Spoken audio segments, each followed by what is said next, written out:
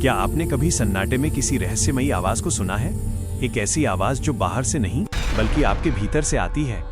अध्यात्म की दुनिया में इसे अनहद नाद या अनस्ट्रक साउंड कहा जाता है।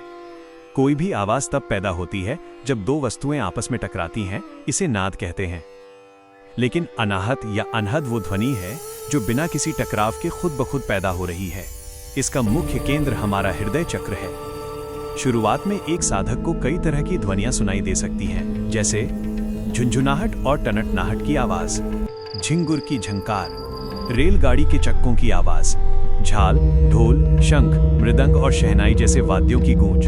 जैसे जैसे साधना गहरी होती है, साधक को ऊंचे सूक्ष्म लोकों के शब्द सुनाई देने लगते हैं, जैसे सीटी की आवाज, वंशी, बांसुरी का मधुर स्वर और अंत में ओम की दिव्य गूंज, जो वैसी ही होती है जैसे घंटे पर हथौड़ा मारने से खन की आवाज आती है। ये ओम की ध्वनि सिर्फ एक आवाज नहीं बल्कि परमात्मा का संदेश है। ऐसा महसूस होता है मानो ईश्वर आपकी आत्मा से पूछ रहे हो, हे आत्मा राम, तुम मुझसे अलग होकर इस संसार में खो गए थे, क्या अब वापस मेरे पास लौटने का प्रयास कर रहे हो या नहीं? परमात्मा की ओर से यह पुकार आत्मा के लिए निरंतर आती रहती है। नाद साधना के माध्यम से समाधि और उच्चतर गहन समाधि तक पहुंचा जा सकता है। इसकी गति तेज करने के लिए कुछ विशेष बातों का ध्यान रखना अनिवार्य है।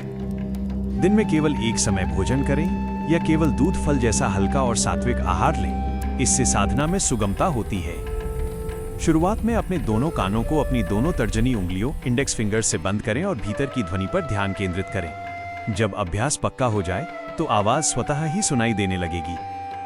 इसके लिए सबसे उत्तम समय रात 9 बजे से सुबह 5 बजे तक का है।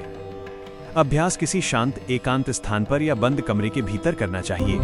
ये नाद साधना अध्यात्म की दुनिया का एक मास्टर कोर्स है जो आपको सीधे महासमाधि की ओर ले जाता है। क्या आपने कभी ध्यान के दौरान ऐसी कोई आवाज सुनी है? कमेंट्स में जरूर बताएं।